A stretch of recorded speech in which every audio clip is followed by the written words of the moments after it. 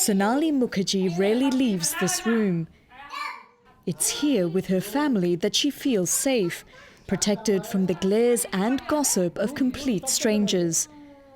She was a 17-year-old sociology student who dreamt of getting an office job to support her family.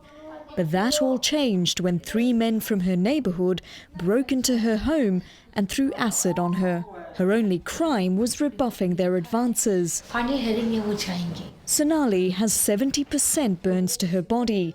In fact, doctors thought she would never survive.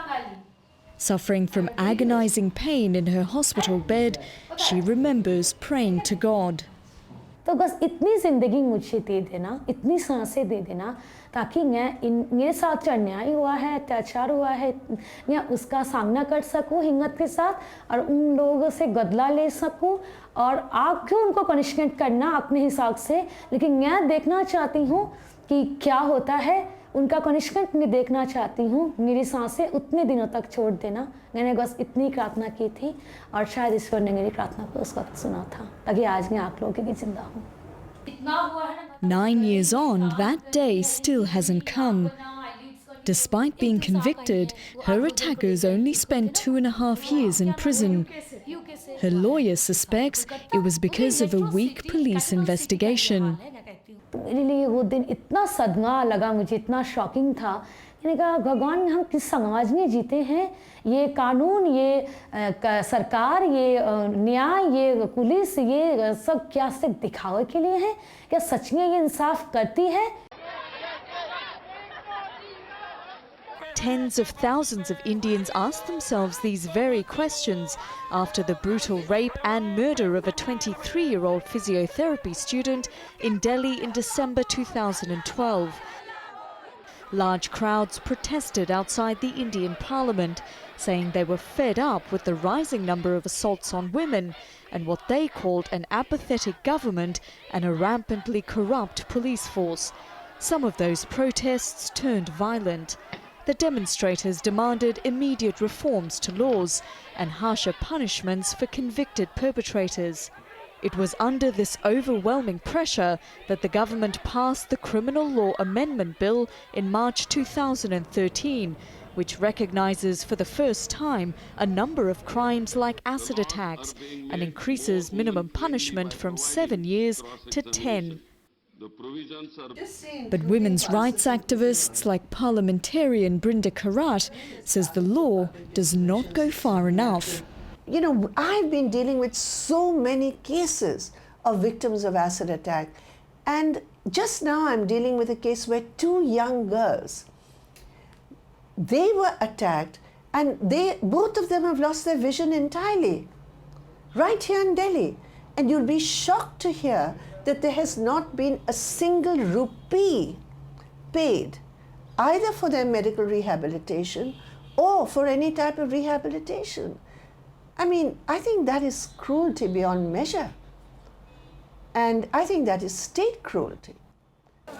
There are no official records kept of acid attacks in India, but activists believe there's anywhere between 100 and 1,000 assaults a year. They admit the number of reported cases is rising. Women's groups say the government is failing to meet its responsibility to victims, who often have to pay tens of thousands of dollars for medical treatment. If we accept and recognize the principle of due diligence, which means that the state must protect its women citizens, if a woman is subjected to an acid attack, there is obviously a failure on the part of the state to protect her. Therefore, there is an obligation on the state to then make sure that her medical and other concerns are met with. Many are also trying to lobby the government to restrict the sale of hydrochloric, sulfuric and nitric acid, substances most commonly used for attacks. Acid is as easy to buy in India as a paintbrush, and it's almost as cheap. It's available at any local hardware store for less than $1. But this harmless-looking bottle has destroyed the lives of thousands of Indian women.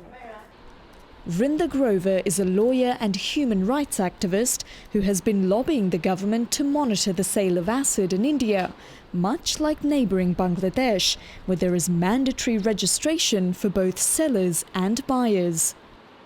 When acid is used as a weapon, you will have to regulate it as you would regulate the sale of any arm or other form of weapon, which you would not say, well, just because X is being used as a weapon, a gun, we don't care how it's going to be sold. It actually has an equally lethal, if not worse effect than any other form of armament that we know. This is of little comfort to Sonali Mukherjee. She has already had 26 surgeries and has spent around $60,000 on medical care. But her life will never be the same again. लड़की की ज़िंदगी, उसके कितने सपने होते हैं, तो एक पल में सब खत्म हो गया। तो अक्सर मैंने सपने देखना ही बंद कर दिया है, कुछ सोचना बंद कर दिया है। फ़िलहाल तो अपनी ज़िंदगी आगे ईश्वर के हवाले किया है, लेकिन खिड़की के दिल से एक आवाज़ निकलती है। मैं चाहती हूँ कि ये सब बंद हो, सरकार अब जागे कि हम उसके परिवार की लड़की हैं, वो हम अलग नहीं हैं, समाज की लड़की हैं। समाज आगे आए, ऐसी घटनाओं को रोकने के महिलाओं को आगे आना होगा। हम अपने परिवार से, अपने समाज से ऐसे इंसानों को बहिष्कार करें जो किसी की लड़की का, किसी की इंसान की ज़िंदगी को तबाह करके आया है। तो कानून बदले, तो ये सब हो, ताकि मुझे तसल्ली होगी, ज़ख्मों के मरहम लगेगा अगर ये सब बंद हो जाए, किसी और लड़की को फिर एसिड से चलना ना पड़े। मुझे बहुत खुशी होगी। For Assignment Asia, I'm Karishma Vyas in New Delhi.